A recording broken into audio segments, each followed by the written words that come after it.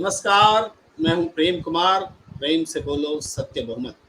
आपका स्वागत है एक ऐसी चर्चा में जिसमें देश में लोकतंत्र को लेकर एक संवेदना रहती है, चिंता रहती है। इसको मजबूत करने के लिए हम सब कैसे मजबूत हो, इस पर चर्चा करते हैं। आज चर्चा नए संसद भवन का बहिष्कार, कटघरे में सरकार। नए संसद भवन एक्चुअली नए संसद भवन का उद्घाटन होना है। उद्घाटन समारोह का बहिष्कार किया जा रहा है। 19 दलों ने फैसला किया है कि वो इस समारोह से दूर रहेंगे और इस तरीके से कटघरे में सरकार को ला खड़ा किया है। एक ऐसा विषय जो कि एक ऐसा अवसर था जो कि देश के लिए बड़ा अवसर है, और इस बड़े अवसर की जो तस्वीर बन रही है उसमें नई संसद और नए संसद भवन का उद्घाटन हो रहा होगा। सत्ताधारी दल और उनके सहयोगी दल तो होंगे, लेकिन देश का विपक्ष उसमें नहीं होगा। तो ऐसे संसद की कल्पना कीजिए, क्या उसकी तस्वीर बनेगी 21वीं सदी में। 75 साल आज़ादी के बाद अमृतकाल में एक बड़ा अवसर, जिसमें लोकतंत्र के लिए भी बड़ा अवसर है, संसदीय प्रजातंत्र के लिए भी बड़ा अवसर है। लेकिन संसदीय प्रजातंत्र विपक्ष के बिना कैसा दिखेगा, राष्ट्रपति के बिना कैसा दिखेगा। राष्ट्रपति, आप जानते हैं कि संसद का जब मतलब होता है हमारे संविधान में, तो संसद, राष्ट्रपति, दोनों सदन, लोकसभा और राज्यसभा, इनसे बना होता है। सरकार भी उसका हिस्सा होती है, लेकिन राष्ट्रपति की सर्वोच्चता मानी गई है। और सर्वोच्चता इस मायने में कि प्रधानमंत्री को नियुक्त भी राष्ट्रपति ही करते हैं। लेकिन संसद भवन का जब उद्घाटन हो रहा होगा तो राष्ट्रपति द्रौपदी मुर्मू नहीं होंगी। ये एक ऐसा विषय है जिस पर देश भर में चर्चा हो रही है। हम विभिन्न एंगल्स को लेकर के सामने आएंगे और बात करेंगे कि ऐसा क्यों हुआ, इस परिस्थिति को टाला जा सकता था तो क्यों नहीं टाला जा सका। हमारे साथ आज प्रबुद्ध लोगों का, नामचीन लोगों का पैनल जुड़ रहा है और हम सब आपसे उनको रूबरू कराते हैं। आइए, हमारे साथ जुड़ चुके हैं, सबका एक साथ परिचय कराता हूँ।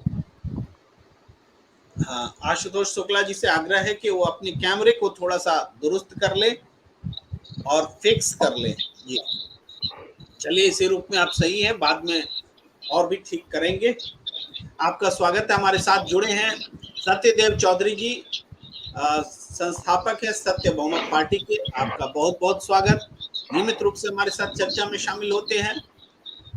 और अनिल गुप्ता जी, वरिष्ठ पत्रकार, पूरी संवेदना के साथ अपनी बात रखते हैं। आपका भी बहुत बहुत स्वागत है।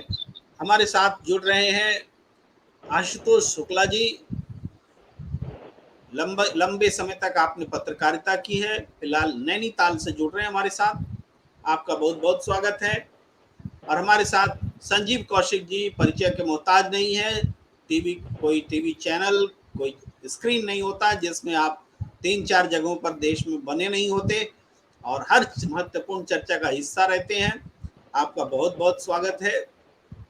आज की चर्चा में संजीव कौशिक जी से ही शुरू करना चाहता हूँ, क्योंकि आज आपने विभिन्न टीवी चैनलों पर इस डिबेट में हिस्सा लिया है, तरह तरह के एंगल्स आपने देखे हैं।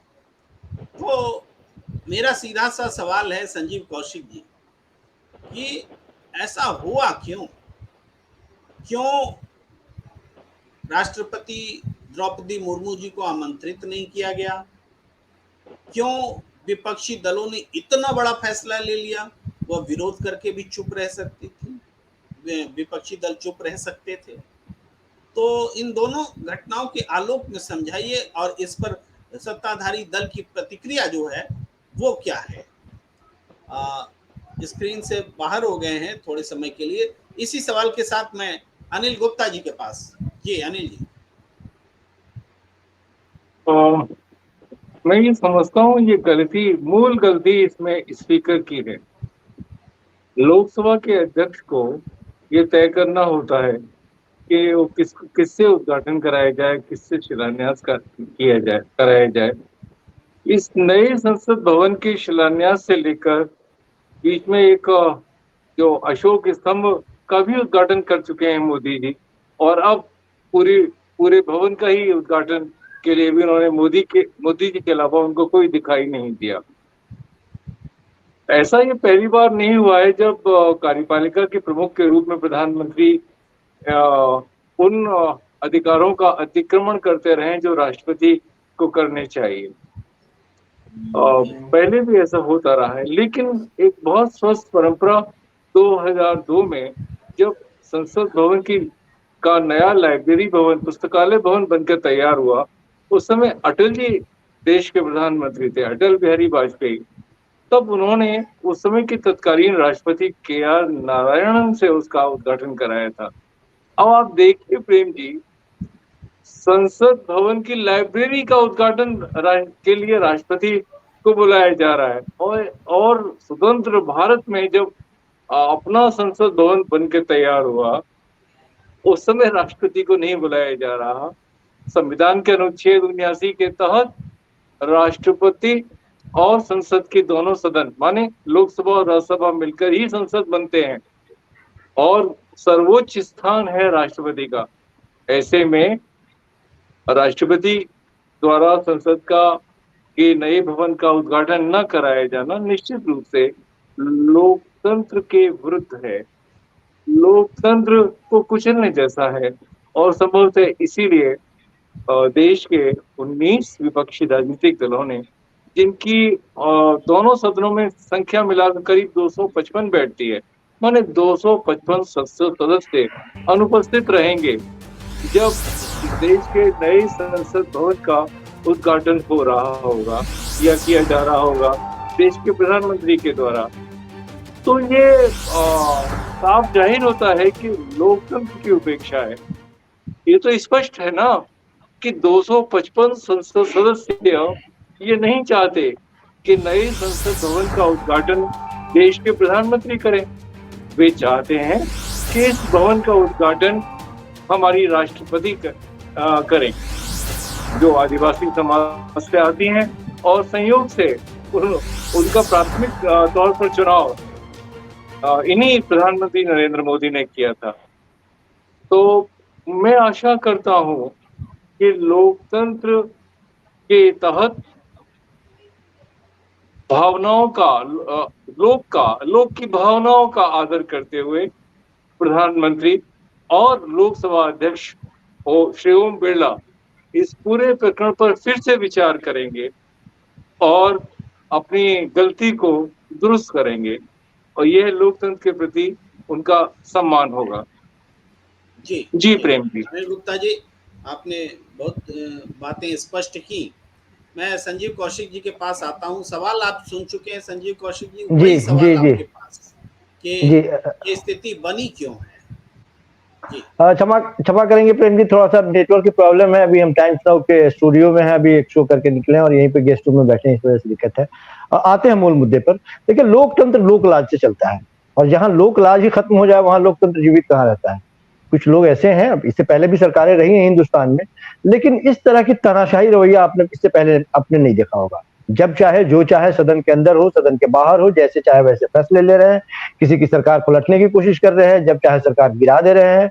आप लगातार सदन में चिल्लाते रह जाएं कि आपके सवालों का जवाब नहीं मिलता है। आप तमाम विपक्षी पार्टियां एक सुर में किसी भी मुद्दे को लेकर के आप चिल्लाते रह रहे हैं। ध्वनि मत से कानून बना दिया जा रहा है, विधेयक को पारित कर दिया जा रहा है। तो ये एक ढीठ सरकार है, जिसको केवल और केवल इस बात से मतलब है कि कितनी चीजें हमारे नाम पे या हमारे सरकार में रहते हुए हमारे रिकॉर्ड में हमारे नाम से दाखिल हो जाए। ये केवल ये चाहती है।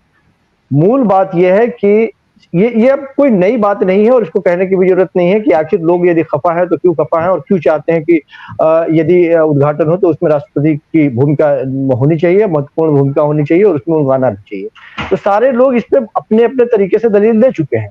लेकिन क्या सरकारों के ऊपर कोई फर्क पड़ने वाला है क्या? जो सरकार है अभी केंद्र में काबिज है, क्या उसके बारे में वो विचार करती है क्या? या फिर जो इतने 17-18 दलों की बात हो रही है कि वो इसका बहिष्कार करेंगे, तो बहिष्कार करने से भी उनके ऊपर कोई फर्क पड़ने वाला है क्या? इससे पहले कभी फर्क पड़ा है क्या?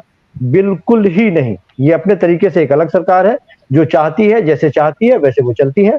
बहुत सारे लोग इस तरह की भी दलीलें दे रहे थे कि जिस सदन की बात हो रही है, जो निर्माण हुआ है उसकी अभी आवश्यकता नहीं थी, बावजूद उसके हमने देखा कि किस तरह से कोविड काल में एक महत्वाकांक्षी परियोजना आप इसे कह सकते हैं, जिससे प्रधानमंत्री ने अपने आप को जोड़ लिया था। आप देखेंगे कि कई तस्वीरें वायरल होती थी कि कोई नहीं है उसमें, कामगार मजदूर भी नहीं है, लेकिन अकेले जाते थे वो, और वहां भी अपनी तस्वीरें अपने कैमरामैन के साथ खिंचा के वो बाहर लगाते थे और भेजते थे।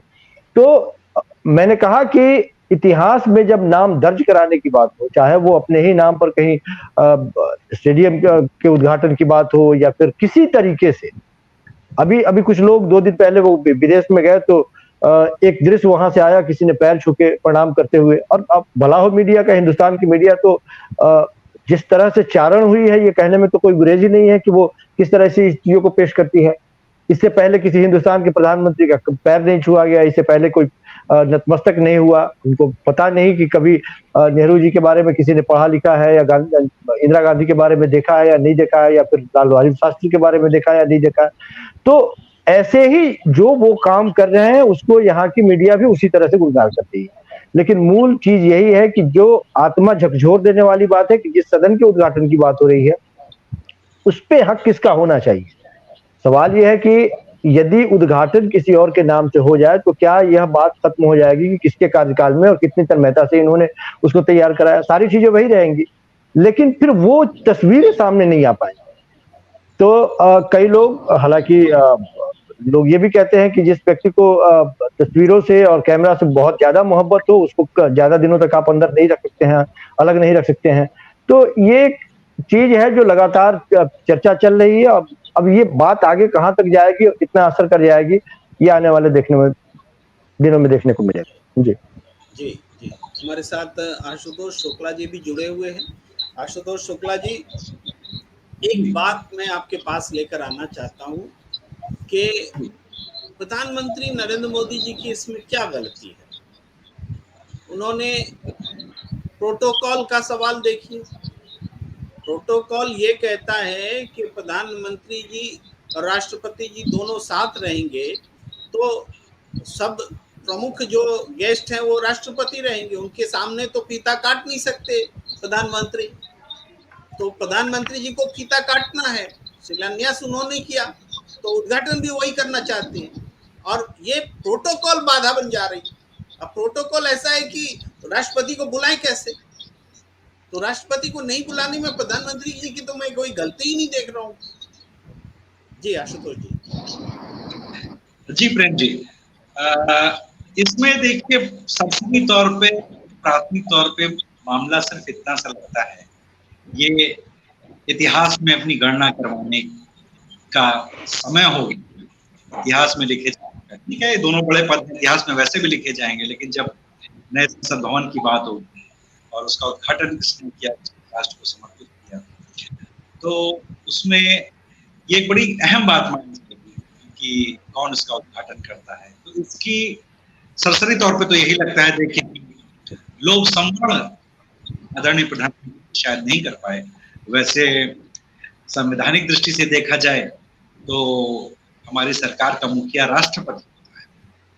प्रधानमंत्री जब भी राष्ट्रपति अभिभाषण करते हैं सदन में, तो ये हमेशा बोलते हैं हमारी सरकार।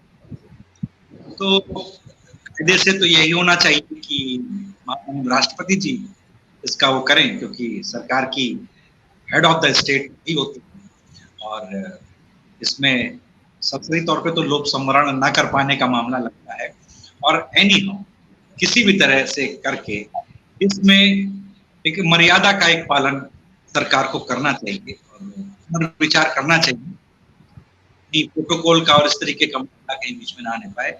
जैसे भी करके उसको होना चाहिए था प्रमुख रूप से। जी जी जी, अब मैं आना चाहता हूँ सत्यदेव चौधरी जी के पास। चौधरी साहब, पहले मैं थोड़ी सी म्यूट कर लेता हूँ आशुतोष शुक्ला जी को, वहाँ से थोड़ी नॉइज आ रही है, आपको थोड़ा म्यूट कर रहा हूँ। अब कर दिया मैंने जी। मैं सत्यदेव चौधरी जी के पास आ रहा हूँ। चौधरी साहब, ये जो सारा विवाद खड़ा हुआ है, हमारे राष्ट्रपति हमारे लोकतांत्रिक सिस्टम में प्रतीकात्मक जो है वो उनको एक तरह से ऊंचाई हमने दे रखी है, हर चीज के वो हेड हैं। तो ऐसा नहीं है कि डेमोक्रेसी में हम ढोंग ज्यादा कर रहे हैं? क्या जरूरत है? जब जनादेश जनता देती है, प्रधानमंत्री बाय डिफॉल्ट उनको चुना जाना चाहिए। उनको नियुक्त क्यों प्रधानमंत्री राष्ट्रपति करें? ऐसी स्थिति क्यों आए कि राष्ट्रपति का सम्मान ही खतरे में है? बताइए, राष्ट्रपति सर्वे सर्वा है इस डेमोक्रेसी की, और उनको प्रोग्राम में ही नहीं बुलाया जा रहा है। तो इस तरह का टोकनिज्म रखने की क्या जरूरत है? जी चौधरी साहब। धन्यवाद प्रेम जी। देखिए, मुझे तो ये जो स्थिति आज सारा दिन भर से मैं भी सुनता रहा, और मुझे तो इतना मेरा शर्म से माथा झुक गया। तो ये क्या परिस्थिति है कि जैसे आप मेरे घर के अंदर मेरे बेटे ने अगर कोई मकान बनाया हो नया, और वो अपने सब यार दोस्तों को बुलाए, अपने जो भी सगे संबंधियों को बुलाए, और अपने पिताजी का ना उस कार्ड के अंदर नाम छापे, और ना उसको कहे जी कि आप इसके उद्घाटन के समारोह के ऊपर आप आइए, या आपको ही करना है ये काम। ये बिल्कुल इसी तरीके की परिस्थिति है हमारे लोकतंत्र की। और जैसे हमारे प्रधानमंत्री जी के पापुआ न्यू गिनी के प्रधानमंत्री ने पैर छुए, अब मुझे नहीं पता वो क्या परिस्थिति थी, कैसे हुआ कैसे नहीं हुआ। इसी तरीके से अगर ये राष्ट्रपति महोदय को बुला के मान लो यही कह देते जी कि नहीं आप आइए यहाँ पर, लेकिन इसका उद्घाटन मैं ही करूंगा, तो राष्ट्रपति महोदय खुद ही कह देते कि नहीं जी इसका उद्घाटन आप ही करिए, मैं नहीं करती, क्योंकि आप ही हो इसके मालिक, तो सर्वे सर्वा जो भी कुछ हो। तो देखिए, इससे ज्यादा अपमानजनक स्थिति और क्या हो सकती है कि आप जिसको घर में बुलाओ किसी के भोज के ऊपर, और आप उसको खाने के लिए ये भी ना कहो जी कि आप खाना शुरू करिए और आप स्वयं खाना आरंभ कर दें। ये बिल्कुल एक अमर्यादित सभ्यता के विरोध में।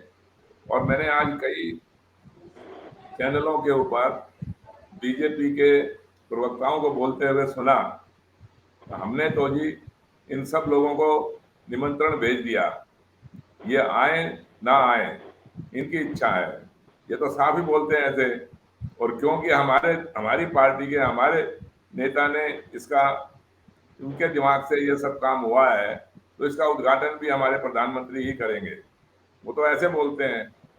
तो इसलिए अनिल भाई साहब, ये तो आप भूल जाना कि 3-4 दिन के टाइम के अंदर इस स्थिति के अंदर कोई सुधार होने वाला है। ये सुधार उधार तो कुछ होगा नहीं। और ये जितने भी हमारे देश की नदियां हैं, हमारे देश के पहाड़ हैं, पर्वत हैं, या जितने भी कोई और ऐसी चीजें हैं, उनके सबके नाम हमारे प्रधानमंत्री के नाम कर देना चाहिए। यहाँ तक भी हमारे भारत का नाम भी प्रधानमंत्री के नाम पर कर देना चाहिए। तो इससे पहले ना कोई व्यक्ति आया और ना कोई आएगा, ये आप समझ लें, इस तरीके का वातावरण बन गया। लेकिन अब विडंबना ये भी है कि 255 सांसद जैसे इसका बहिष्कार करेंगे, तो इनके पास सिवाय बहिष्कार करने के और फिर उसी संसद में जाके बैठने के अलावा कोई और रास्ता है इनके पास? इनके पास इसका विकल्प सोचने का कोई रास्ता नहीं है। ये विकल्प सोचने की क्षमता नहीं रखते, उसके ऊपर विचार नहीं करते कि भाई ऐसी परिस्थिति क्यों आई और भविष्य में कम से कम आगे से कभी ना आए। ऐसे आयोजन तो फिर कभी ना कभी होंगे, फिर कोई ना कोई ऐसी स्थिति बनेगी। क्षण भर के लिए रुकते हुए ग्राफिक्स प्ले करना चाहता हूं आपकी इजाजत से। जी जी। पीएम उद्घाटन करेंगे तो राष्ट्रपति मौजूद कैसे रहेंगी? पीएम मेजबान होते होते मेहमान कैसे बन गए? राष्ट्रपति की मौजूदगी सुनिश्चित करना जरूरी था। ये कुछ बातें हैं जो सवाल बनकर जनता के सामने हैं। मैं एक बार फिर सत्यदेव चौधरी जी से आग्रह करता हूं कि वो अपनी बातें जारी रखें। हाँ, तो राष्ट्रपति जी को बुला के राष्ट्रपति स्वयं ही कह देते जी कि नहीं, इसका उद्घाटन मोदी जी ही करेंगे, फिर तो कोई समस्या नहीं थी ना फिर तो। लेकिन अब ये ऐसी राजनीति मोड़ ले लिया लेकिन इसने। क्षमा के साथ एक बात जोड़ना जरूरी है, थोड़ा सा कंफ्यूज हो सकते हैं हमारे दर्शक, वो ये कि प्रोटोकॉल को तोड़ना किसी के वश में नहीं होता। अगर राष्ट्रपति मौजूद रहेंगी प्रधानमंत्री के सामने, तो राष्ट्रपति के पास भी ये हक नहीं है कि प्रोटोकॉल तोड़कर वो प्रधानमंत्री को कहें कि आप ही उद्घाटन कर लें। प्रोटोकॉल तो मानना ही पड़ेगा, यानी राष्ट्रपति मौजूद रहेंगी तो उद्घाटन राष्ट्रपति ही करेंगे। जी, तो आप देखिए इसी तरीके के प्रोटोकॉल बन रहे हैं और प्रोटोकॉल टूट भी रहे हैं। तो प्रोटोकॉल तो यही है ना कि इसका उद्घाटन राष्ट्रपति ही करेंगी। जी। वो प्रोटोकॉल कैसे टूट गया फिर? ये प्रोटोकॉल है ना आपके संविधान के अंदर कि हमारे संविधान का क्लैरिटी के लिए प्रोटोकॉल प्रधानमंत्री और राष्ट्रपति की मौजूदगी में जो प्रोटोकॉल होता है उसमें सर्वे सर्वा राष्ट्रपति होंगे।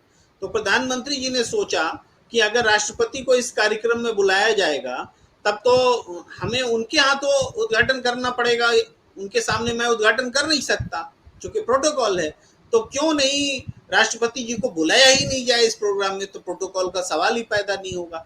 ये दूसरी तस्वीर है जी। लेकिन उससे पहले तो प्रेम जी प्रोटोकॉल यही है ना कि संविधान के अंदर, हमारे संविधान का, इस संसद का, लोकतंत्र का सर्वे सर्वा सबसे उच्च स्थान हमारे राष्ट्रपति जी का है। ये भी तो प्रोटोकॉल है ना। तो हमारे जब लोकतंत्र का सबसे उच्च स्थान है ही राष्ट्रपति का, तो जब राष्ट्रपति को आप बुला नहीं रहे तो वो प्रोटोकॉल का मानना नहीं है। प्रोटोकॉल का आपने रखा कहाँ? आदरणीय चौधरी साहब बिल्कुल ठीक कह रहे हैं। प्रोटोकॉल ही नहीं, कॉन्स्टिट्यूशनल प्रोटोकॉल है, संवैधानिक शिष्टाचार है। क्योंकि जो बनती है संसद, वो उसमें 3 कंपोनेंट होते हैं अनुच्छेद 79 के अनुसार, राष्ट्रपति और संसद के दोनों सदन माने लोकसभा और राज्यसभा। इस प्रकार ये 3 कंपोनेंट अवयव या अंग मिलकर के बनाते हैं संसद। तो संसद का सर्वोच्च मुखिया प्रमुख राष्ट्रपति होता है। तो ये चौधरी साहब आप बिल्कुल ठीक कह रहे हैं, ये कॉन्स्टिट्यूशनल प्रोटोकॉल है जिसको तोड़ा जा रहा है। जी, आशुतोष जी भी कुछ बोलना चाह रहे हैं, मैं पहले उनको। आशुतोष जी, जी आप अपनी बात रखिए। ना जी, मैं वही बोलना चाह रहा था जैसा कि अनिल गुप्ता जी ने कि कॉन्स्टिट्यूशनल प्रोटोकॉल तोड़ा जा नहीं सकता। ये इस बात को मैं कहना चाहता हूँ कि बात आ गई आपकी। जी, अनिल गुप्ता जी ने उस बात को स्पष्ट कर दिया। तो चौधरी साहब आप अपनी बात पूरी कर लें, फिर मैं दोबारा आऊंगा आशुतोष जी के पास। एक चीज ये कहना चाह रहा था कि अगर प्रधानमंत्री इसका उद्घाटन कर देते हैं तो ये घटना वाकई ऐतिहासिक घटना बन जाएगी। ये एक संविधान का मतलब अपमान करने के लिहाज से एक घटना हमेशा कोट की जाएगी और ये बहुत ही भारत के संविधान में भारत की इज्जत में बहुत बड़ा पट्टा होगा कि जो कंपोनेंट है, जो हेड ऑफ द नेशन है, वो सरकार का प्रमुख होता है, वो इससे मौके पे छूट नहीं रहा और उसको बाईपास कर दिया गया। ये बहुत बड़ी कलंक है इस चीज पे। तो किसी भी तरीके से महामहिम से तो कराना ही पड़ेगा, चाहे सरकार को इतनी भी कसरत करनी पड़े। देखिए प्रेम जी, इन्होंने अपमान केवल लोकतंत्र का और संसद का ही नहीं किया या राष्ट्रपति जी का ही अपमान नहीं किया, इन्होंने पूरे ऐसा लगा कि भाई इनको लोकतंत्र के अंदर विश्वास ही नहीं है, लोकतंत्र से इनको कोई लेना देना नहीं है। केवल जो भी कुछ है वो एक सिंगल व्यक्ति है, उस व्यक्ति के ना आगे कुछ है ना पीछे कुछ है। तो इन्होंने जब लोकतंत्र का ही अपमान कर दिया तो फिर उसके आगे क्या कहना है। और अगर ऐसी कोई बात थी, इनको लोकतंत्र की कोई परवाह है, तो चलो भाई राष्ट्रपति जी से मत करवाइए इसका उद्घाटन, किसी एक साधारण मतदाता से ही करवाते। एक मतदाता से, जब मतदाता ही यहाँ का मालिक है, मतदाता ही हमारे लोकतंत्र का सबसे कह लो सबसे श्रेष्ठ जो योगदान है वो मतदाता का है, तो मतदाता से उद्घाटन करवाते। और चलो भी मोदी जी भी कर लेते उद्घाटन या सब लोग मिलके कर लेते उद्घाटन इसका, ये क्या हुआ कि भाई खाली अकेला एक ही आदमी करेगा, और उसके आगे पीछे जिन्होंने भी कुछ इस संसद को बनाने में किसी ने तो योगदान दिया होगा, या खाली एक अकेले आदमी ने, इन्होंने ही संसद बनाई थी, इन्होंने ही आजादी दिलवाई थी और इन्होंने ही संविधान बनाया और सारी व्यवस्था का जिम्मेवार ये अकेले ही आदमी है, या जो आज दुनिया घूम रही है वो सारी इन्हीं के इशारे पर घूम रही है। ऐसा देखिए, थोड़ा सा एक मर्यादा, एक सभ्यता होती है और दूसरे को सहन करने की ताकत होनी चाहिए इंसान के अंदर, तभी उसका बड़ापन ज्यादा होता है। ये तो इतना अहंकारी और इतना अहम, और मैं के चक्कर में इन्होंने सारी का सारी सीमाओं को लांघ दिया एक तरह से इस कार्यक्रम ने। तो मैं तो अभी तो यही कहना चाह रहा हूँ। मैं एक ग्राफिक्स के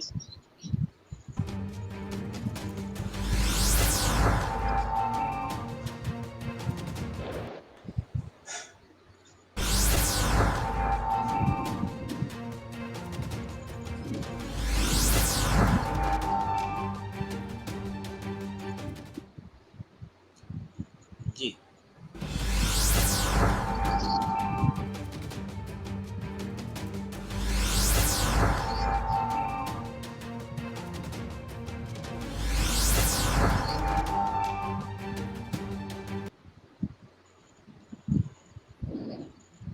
जी, मैं अनिल गुप्ता जी के पास आना चाहता हूँ।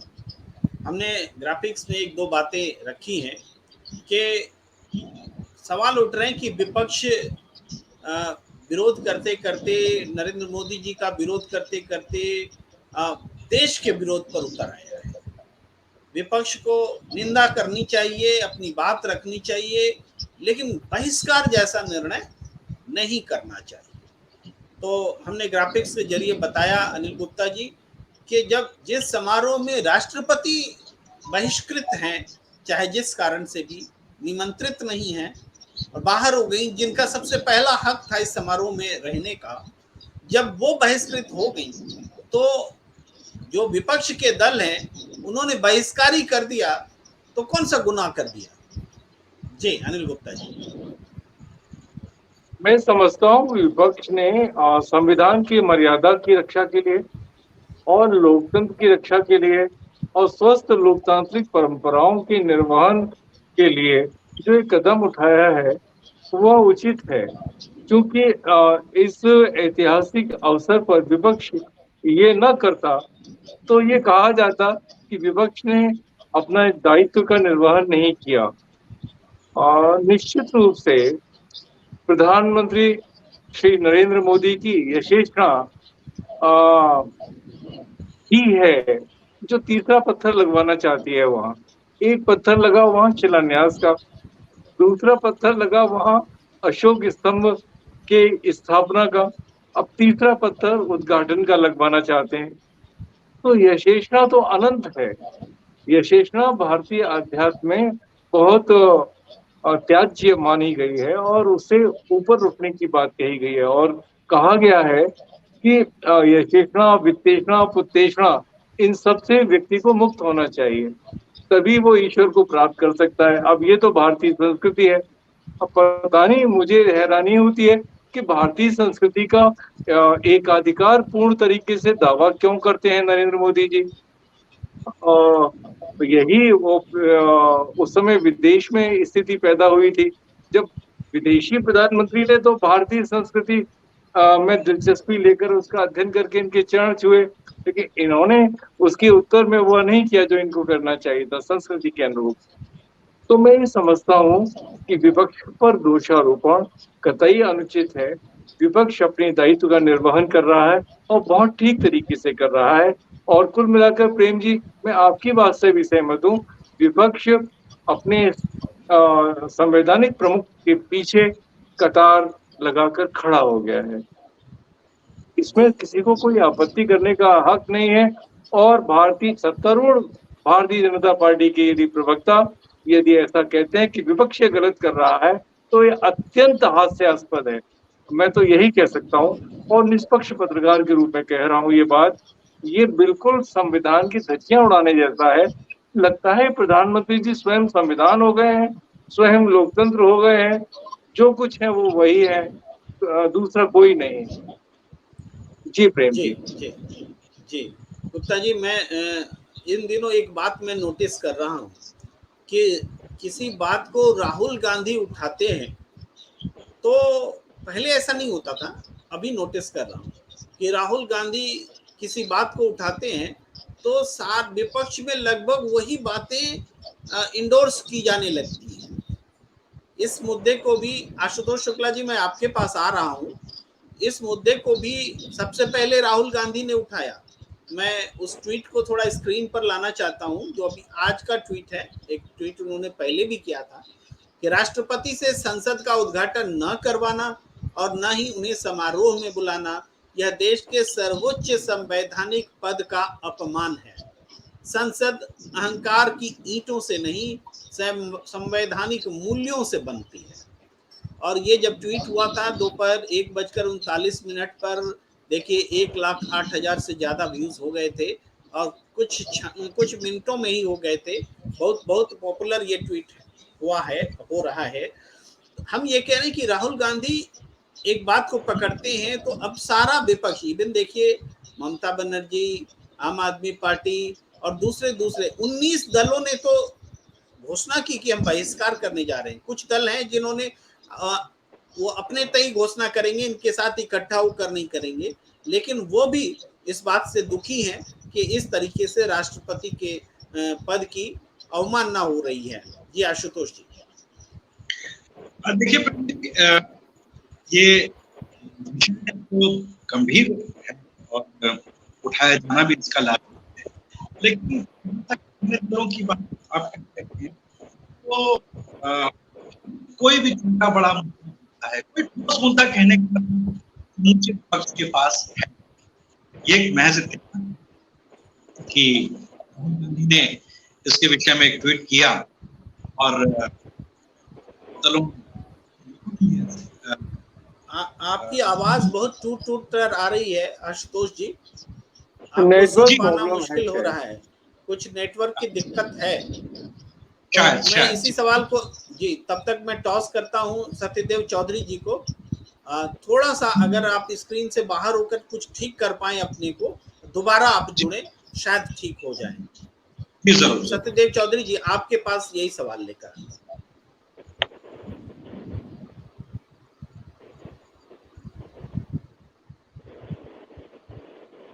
जी आप म्यूट हैं, म्यूट हैं।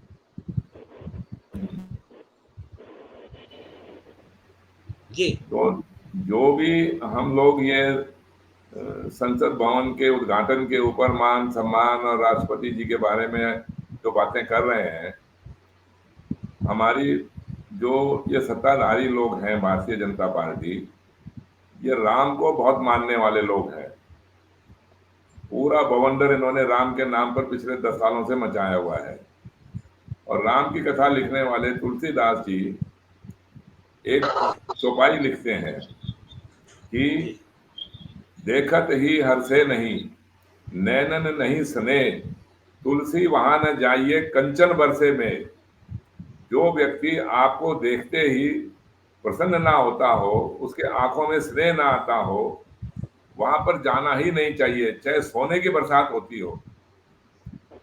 अब क्या है, लेकिन हमारे देशवासियों की भी विडंबना है और जो भी हमारे ये विरोधी लोग हैं, विरोधी जो सांसद हैं, इन्होंने बहिष्कार करके तो बैठ गए, लेकिन इस बहिष्कार का खाली बहिष्कार करने से और फिर वहीं जाके बैठोगे आप, तो इसका तो कोई इसका कोई विकल्प तो होना चाहिए था ना, कि भविष्य के अंदर इस तरीके के ना बिल्कुल, आप राजनीति हो बहुत महत्वपूर्ण बात करने जा रहे हैं। मुझे जो लग रहा है आप ये बात उठाने जा रहे हैं कि विरोध तो ठीक है, लेकिन ये स्थिति पैदा क्यों हो रही है?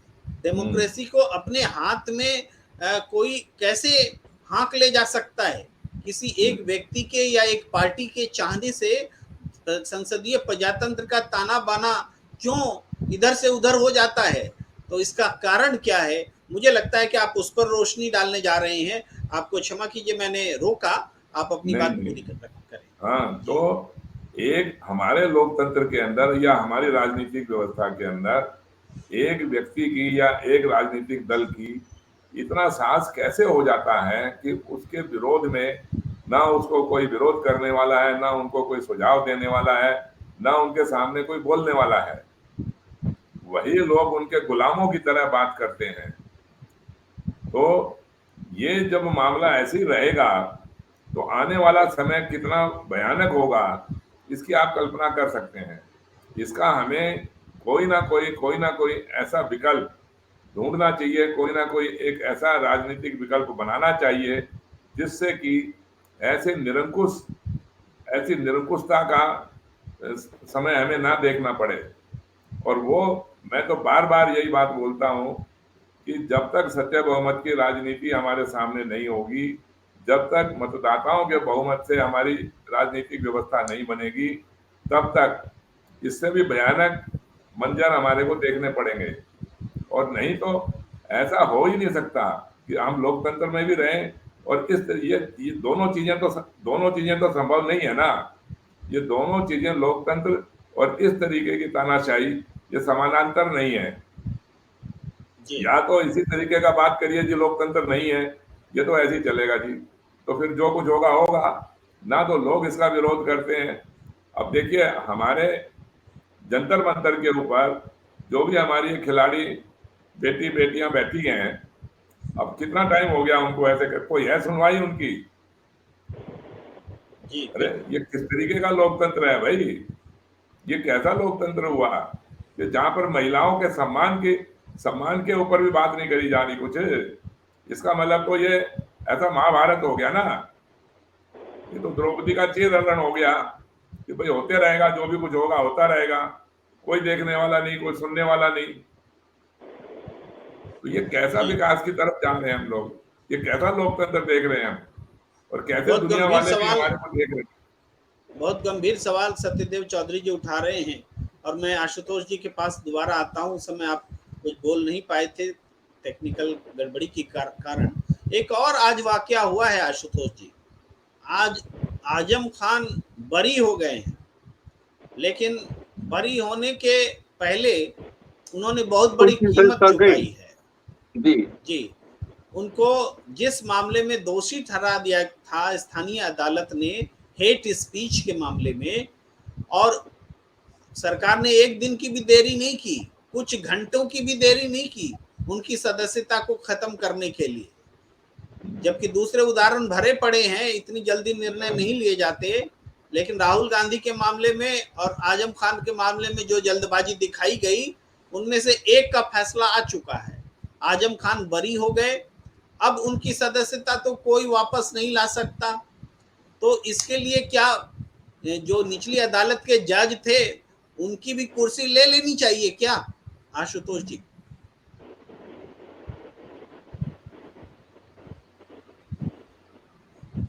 हाँ बिल्कुल, सॉरी जी बोलिए। हाँ धन्यवाद मैम जी। देखिए ये बरी होने का जो फैसला आया है, इस बारे में आपकी आज्ञा हो जो पीछे बिल्कुल आप जहां से शुरू करना चाहें। बिल्कुल।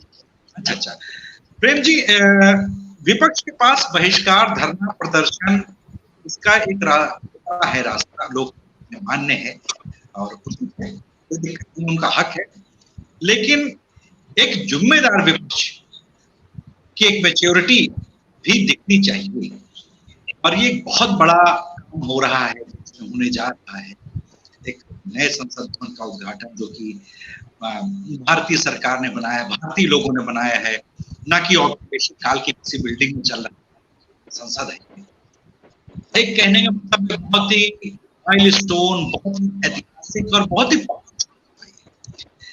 बेहतर होता विपक्ष इसमें प्रधानमंत्री, पार्टी, भाजपा जैसे है प्रधानमंत्री, इनसे एक ज्वाइंट डेलीगेशन दिया जाता और अपनी बात रखता कि इस समय उनको ये समारोह की ऐतिहासिक इसके बारे में उनको बताता, तो उससे अपील करता कि इसको इस तरीके से किया जाए। आशुतोष जी, मैं आपको रोकना चाहूंगा, इसलिए कि चूंकि आपकी आवाज इतनी टूट कर आ रही है, लेकिन इतनी बातें आ गई हैं जो मैं दर्शकों को समझ में भी आई होगी, और मैं दोबारा समझा देता हूं कि आशुतोष जी कहना चाह रहे हैं कि विपक्ष ने बहिष्कार का जो निर्णय लिया है, इससे पहले उसके पास दूसरे जो विकल्प थे बहिष्कार के अलावा, उसका इस्तेमाल किया जाना चाहिए था।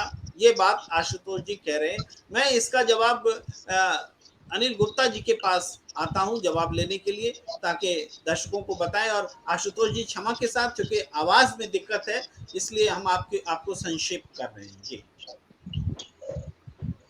मैं समझता हूं प्रेम जी कि विपक्ष के पास और कौन से उपाय हैं सरकार के से कहने के लिए। सरकार तो विपक्ष को कुचल रही है हर तरह से। विपक्ष विपक्ष उनके लिए मक्खी मच्छर की तरह है। कुचलने के जितने भी उपाय हैं वो जिस जिस सरकारी एजेंसी से हो सकते हैं वो किए जा रहे हैं।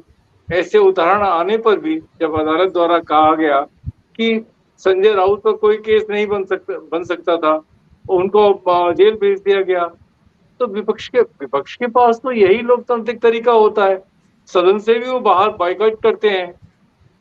तो इसके अलावा और कौन सा था तरीका था, कौन सा उपाय था, ये तो शुक्ल जी ही बता पाएंगे। लेकिन मैं ये समझता हूँ कि विपक्ष के इस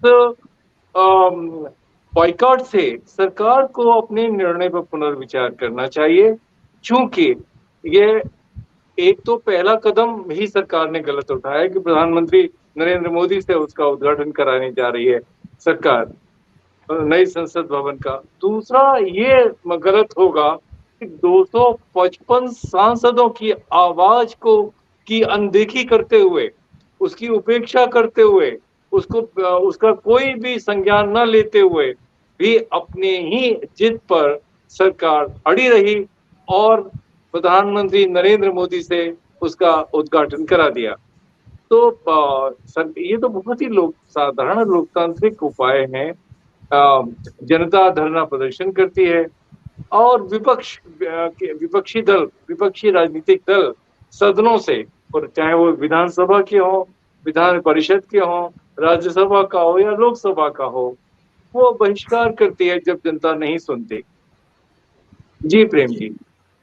जी जी, मैं आखिरी कमेंट के लिए आऊँगा सत्यदेव चौधरी जी के पास कि हम चाहे आशुतोष जी बोले और उसके आगे अनिल गुप्ता जी ने जो कहा, तो हम ये कहना चाहते हैं हम बहुत ज़्यादा उम्मीद नहीं कर रहे हैं सरकार से कि वो विपक्ष की बात मान ले, वो फिर से पुनर्विचार कर लें हमारे प्रधानमंत्री जी। अब वो राष्ट्रपति जी को न्योता आ जाएगा, वो खुद नहीं करेंगे और एक बार फिर से सब कुछ ठीक हो जाएगा। अगर इतनी डेमोक्रेसी होती ही तो ये दिन ही क्यों देखने पड़ते सत्यदेव चौधरी जी?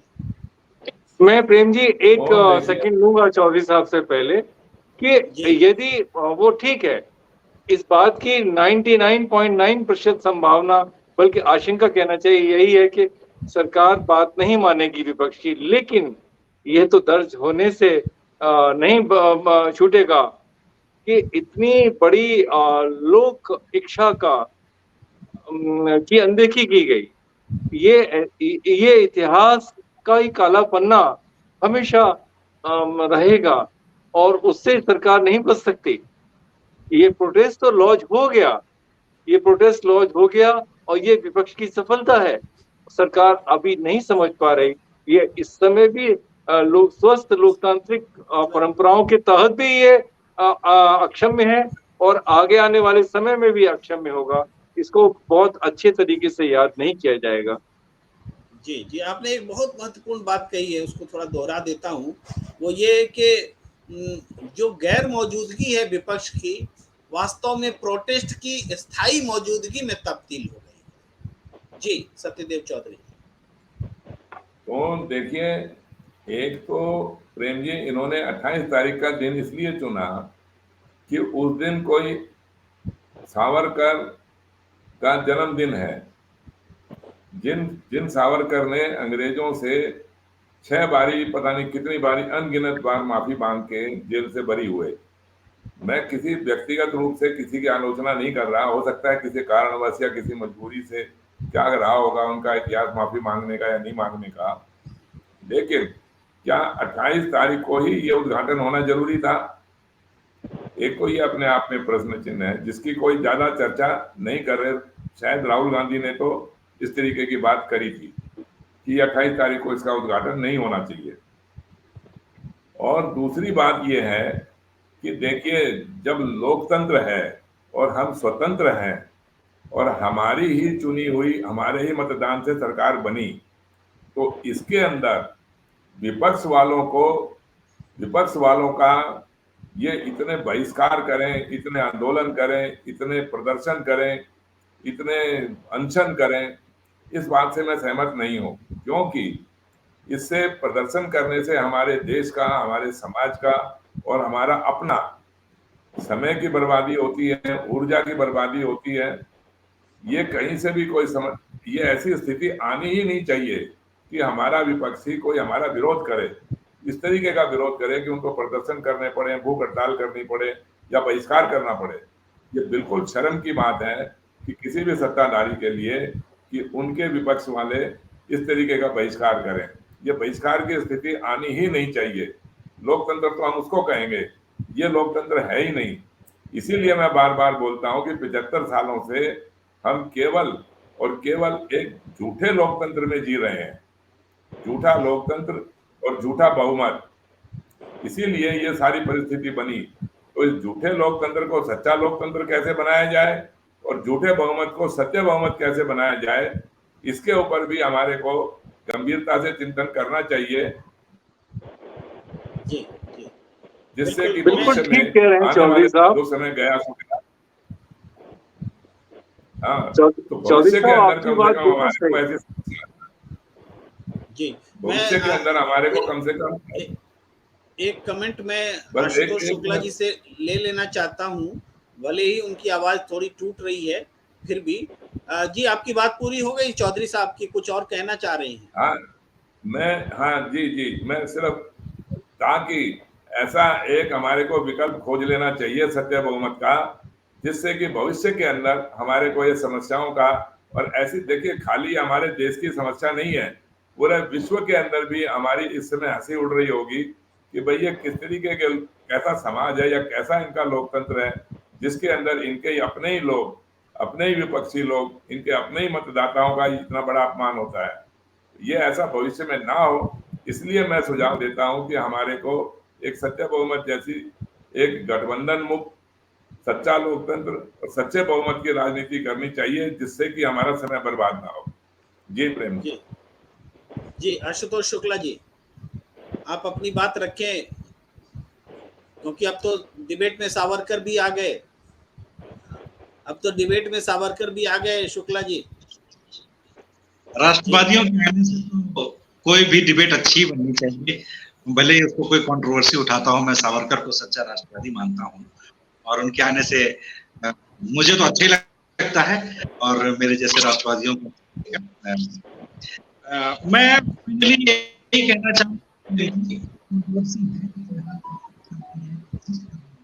देखिए अब राष्ट्रवादी आवाज ज्यादा नहीं उठने वाली है, वो आवाज कट कर आ रही है। सावरकर जी पर महात्मा गांधी की हत्या के भी आरोप लगे थे, तो देखिए ऐसे मौके पर आवाज भी जो खराब हो जाती है। आशुतोष शुक्ला जी, नहीं हत्या की साजिश का आरोप लगे थे, क्षमा कीजिए, हाँ हत्या की नहीं, हत्या की साजिश का। जी, इस तरीके की विवादास्पद चीजें तो फिलहाल हम इससे बाहर रखेंगे चर्चा से। जी मेरा यही कहना है कि फिलहाल इस पे उद्घाटन मसले की कंट्रोवर्सी है, एग्जिस्ट कर रही है, नहीं कुछ नहीं सुनाई दे रहा, कंट्रोवर्शियल रहेगी। आशुतोष जी, आज भर के लिए हम तकनीकी कारणों से आपको सुन नहीं पा रहे हैं, आगे और दुरुस्त होकर के हम लोग जुड़ा करेंगे। आज की चर्चा को विराम देने का वक्त। आप सबका बहुत बहुत आभार, आशुतोष शुक्ला जी, अनिल गुप्ता जी, सत्यदेव चौधरी जी और संजीव कौशिक जी नहीं है, शुरू में हमारे साथ जुड़े थे, उसके बाद उनको लगता है वो टाइम्स नाउ से घर जाना भी रहा होगा। सबका बहुत बहुत आभार। आप दर्शकों का भी जो लगातार हमारे साथ जुड़े हैं और इस चर्चा को सार्थक बना रहे हैं, आप एक बार फिर आप सबका